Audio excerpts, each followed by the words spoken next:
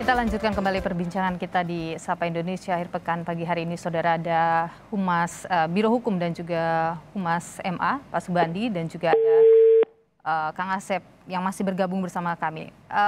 Saya ke Kang Asep dulu. Kang Asep, kalau sebenarnya kita melihat kasus-kasus yang muncul, kasus hakim yang terjerat dalam kasus korupsi begitu, Anda menilai bahwa kalau kita ingin melihat sanksi-sanksi yang diberikan kepada hakim nakal itu, Kang Asep, selamat pagi. Kang Asep? Oke, sepertinya masih terputus dengan Kang Asep. Saya ke Pak Subandi dulu kalau gitu. Pak Subandi, kalau kita bicara soal sanksi berjenjangnya sebenarnya seperti apa, Pak Subandi, ketika ada hakim-hakim yang nakal? Prosesnya seperti apa? Jadi di Perma nomor 8 tahun 2016 telah diatur mengenai sanksi tersebut, ya. Ada hukuman berat, hukuman sedang, ada hukuman disiplin ringan, ya.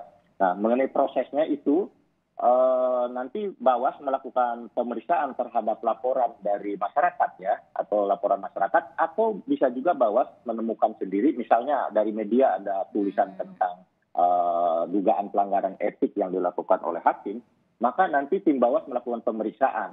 Nah, kemudian setelah itu tim pemeriksa melaporkan kepada Kepala Badan Pengawasan atau Kabawas. Kabawas melakukan pemeriksaan ulang terhadap berkas-berkas apakah ini layak dijatuhkan sanksi atau ditutup.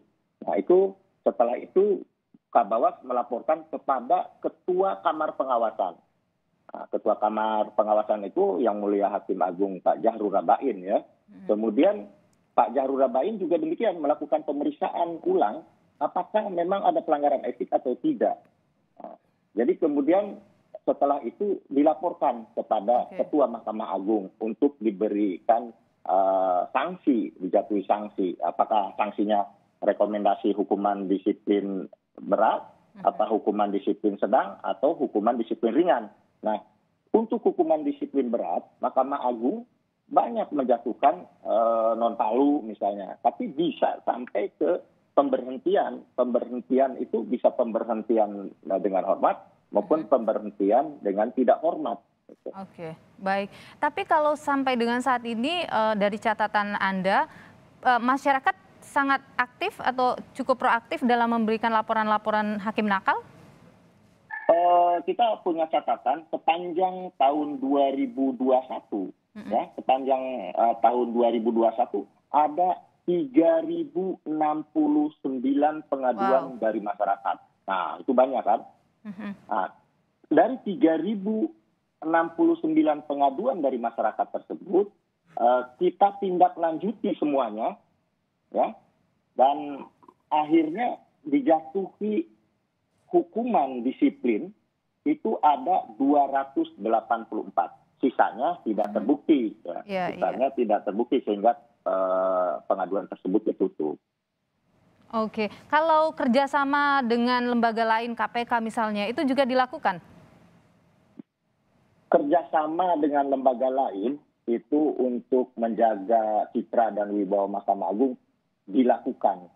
Tidak hanya dengan KPK, bahkan Komisi Yudisial yang memang mempunyai tugas dan fungsi di bidang pengawasan, ya, kepada hakim untuk menjaga harkat atau marwah hakim, itu juga selalu dilakukan. Dengan lembaga lain juga demikian, dengan Ombudsman, ya, gitu. Jadi kita lakukan dengan KPK untuk menjaga integritas, ada pertukaran informasi. Demikian juga dengan Komisi Yudisial melakukan pendidikan, ya, pendidikan bersama tentang kode etik, gitu. Oke, baik. Jadi terus kita lakukan.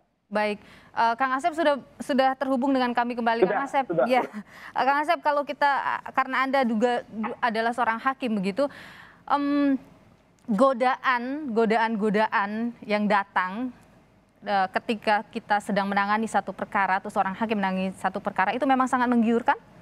Ya, saya kira kalau godaan mah mulai harta, tahta, wanita, Tokopedia, Lazada, Topia itu masih ada. Ya. Dan itu kembali ke orangnya. Tadi saya katakan, kalau sekelas hakimnya Pak Narto, Pak Jahrul Arbain, Nugroho, biar orang akan takut. Begitu datang ditempeleng sama mereka. Nah, tapi kembali tadi, karena hakimnya mau tergoda, ya sudah. Yang datang segala macam tadi ya pasti disantap. Makanya sering saya katakan, penempatan hakim-hakim di kota besar, terutama yang perkaranya banyak, perlu diturunkan. Ya, tipe-tipe hakim yang sebut tadi namanya ya, sekelas Nugroho, sekelas Budi, sekelas Fatito, sekelas Jahlul Arba'in. Karena orang akan takut. Tapi selama penempatan tim promosi mutasi tadi, ada kepentingan, entah ikatan emosional, ikatan alma mater, ikatan lain-lainnya yang akan terjadi. Makanya saya kira pun catatan pentingnya, karena gini, saya sebut aja kejadian. Ketika Bawas memeriksa, menyatakan itu bersalah, ya, dan hakimnya kena demosi, tapi kadang-kadang di Mahkamah Agung putusannya dikuatkan. Contoh yang paling gampang saya sebut. Di Bandung itu ada perkara MN Bank, korupsi besar. Ya, bagaimana seorang ketua Bawas turun dulu tuh, ketua Bawas dulu Nugroho ya, itu sering tuh, tiba-tiba datang, dia menyelidiki. Dan sepengetahuan saya masyarakat Bandung tahu itu terjadi, yang tidak benaran. Tapi aneh kan, itu putusan korupsinya dikuatkan. Hakim yang dulu ditindak oleh Bawas, sekarang kan balik. Saya ditindak, putusan saya dikuatkan, itu juga dilema. Maka sekali perlu ketika promosi mutasi hakim terhadap hakim-hakim yang sudah kena prit dari Bawas, saya kira Bawas perlu dikasih hak veto. Setidaknya bahwa Bawas ya, Bawasnya atau di Bawasnya ya, maupun Ketua Muda Pendiam Pengawasan Pak Jahlul Arba'in atau WKMA Pak Narto. Jadi kalau mereka ini orang-orang yang dianggap malaikat, menyatakan yang bersangkutan tidak bisa ditempatkan di kota besar, saya kira tim promosi mutasi yang lain harus ikutan dong. Ini fakta lah, ya dibuka aja. Jadi jangan sampai sekarang penempatan hakim-hakim tertentu di kota-kota tertentu, istilahnya obat nyamuk, nggak jauh dari Monas. Saya juga pernah alami nggak jauh dari Monas. Tapi kan kalau saya karena bibir saya yang memang tajam gitu kan. Nah jangan sampai sekarang penempatan hakim-hakim yang pernah kena prit, ya, kena kartu merah, kartu hijau, kartu kuning, ya, menempati tempat-tempat yang tidak layak, tempat yang etalase. Anda melihat di situ jadi celah sanksi kemudian tidak memberikan efek jerah? Ya, salah satu saya bercerah, jadi sudah toladan karena ada hakim-hakim tertentu yang menempati kelas tertentu, sehingga hakim-hakim yang baik, banyak saya tahu hakim-hakim adik-adik saya di pengadilan itu, dia, loh, kok orang-orang itu ditempatkan di situ ya? Padahal kalau, nah sedangkan mereka kan orang-orang baik kan, dia mah tunduk patuh terhadap saja dimanapun, gua sama aja, saya bertempatkan di Maumere, mau Burian, Muaraenim, mau di Jakarta juga kan orang yang tidak mau duit. Tapi bagi mereka sekelas entong-entong ini, dia yang berharap terus di kelas 1, karena di situ ada transaksi.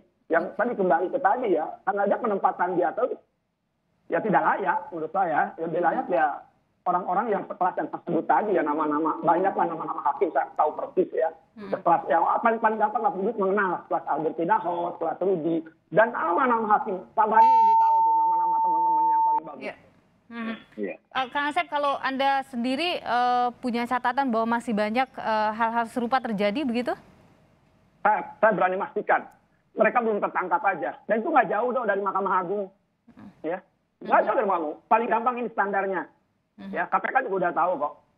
Ketika putusan-putusan menimbulkan tanda tanya publik, itu pasti ada sesuatu. Makanya saya bilang Bawaslu sering secara walaupun mereka adalah hakim, banyak kan melakukan intelijen, ya, jadi mereka melakukan masukan-masukan tidak hanya kerjasama sama lembaga dengan LSM, dengan pihak tertentu. Ya, jujur aja, kadang-kadang kan pihak-pihak tertentu entah apapun pakai memberitahukan kepada Bawas, dan Bawas langsung turun. Dan itu faktanya kan tadi dikatakan Pak Bani, 3.000 pengaduan itu yang tertulis, belum yang tidak tertulis. Dan Bawas melakukan hukuman, bayangin, hampir 100% loh. Pengetahuan saya kemarin tuh tindakan lakukan, belum dilakukan oleh laporan ke KY. Tapi kembali, saya hanya mengingatkan ya kepada teman-teman, kalau Anda tidak mau tangkap KPK, cukup belajar sama saya. Insya Allah tidak akan tertangkap. Atau benar, gampang kok tadinya. Gampang, nggak akan tertangkap Anda. Oke, tapi gini, kita tadi sudah dibahas juga oleh Pak Subandi. Ada banyak sebenarnya aturan-aturan yang dikeluarkan, maklumat yang dikeluarkan untuk memberikan peringatan dalam tanda kutip kepada para hakim-hakim agar tidak nakal, tidak melakukan hal-hal yang kemudian mencederai hukum di Indonesia ini. Tapi hal serupa terus terjadi. Menurut Anda harus diperkuat lagi pengawasan atau hukuman atau sanksi dinaikkan lagi? tadi disebut oleh Pak Bandi, kalau aturan udah over, sanksi udah 100%. Nah sekarang kalau tadi saya katakan tadi, tinggal sekarang satu teladan, contoh, ada pattern, ada prototipe. Artinya hakim-hakim yang menduduki di kelas 1 atau di daerah-daerah yang wilayahnya perkaranya banyak, setidak-tidaknya perkara korupsi, perkara narkoba, perkara perdata banyak, tempatkan hakim-hakim yang memang dialah hakim. Lahir sejak awal dalam jadi hakim, bukan jadi pedagang. Kalau di situ ditempatkan para pedagang mentalitasnya, ini akan terulang. Saya yakin tahun ini pasti akan ada tertangkap tangan lagi. Ini saya katakan dulu tuh ya, sebelum maklumatkan, tiap semester akan mengulang. Ini seperti SP. Nah kalau ini tetap hanya aturan, pasti dia langgar. Karena watak tadi, sanksi dia pasti beranggapan. Lagi sial dia, lagi apes. Tapi kalau hakim-hakimnya sekarang sekelas Nugroho Setiaji, ya, contohnya Pak Narto, contohnya Pak Jarul Albain, itu junior-juniornya akan tampak di etalase, dia di Jakarta, dia di Surabaya, dia di Medan. Saya yakin tidak akan ada tertangkap tangan lagi. Baik, saya ke Pak Subandi. Terakhir Pak Subandi, Anda dari MA kemudian apa evaluasi ke depan yang akan dilakukan setelah kasus Hakim Itong ini? Ya, Ketua Mahkamah Agung sudah memerintahkan mengevaluasi semua dan melakukan pembinaan dan pengawasan kepada Ketua Pengadilan Tingkat Banding ya. Nah, termasuk tadi kita akan sampaikan evaluasi ketika ada hakim yang telah ada catatan hakim mendapat hukuman disiplin, maka mungkin nanti akan dipromosi mutasi harus menjadi catatan, jangan sampai seperti Kang Asep khawatirkan ditempatkan di pengadilan khusus ya, pengadilan khusus harusnya memang orang-orangnya yang istimewa di sana ya. Perlu diketahui ya bahwa Komisi Yudisial maupun KPK juga mempunyai tanggung jawab untuk menjaga, termasuk masyarakat ya, menjaga citra dan wibawa Mahkamah Agung. Oke.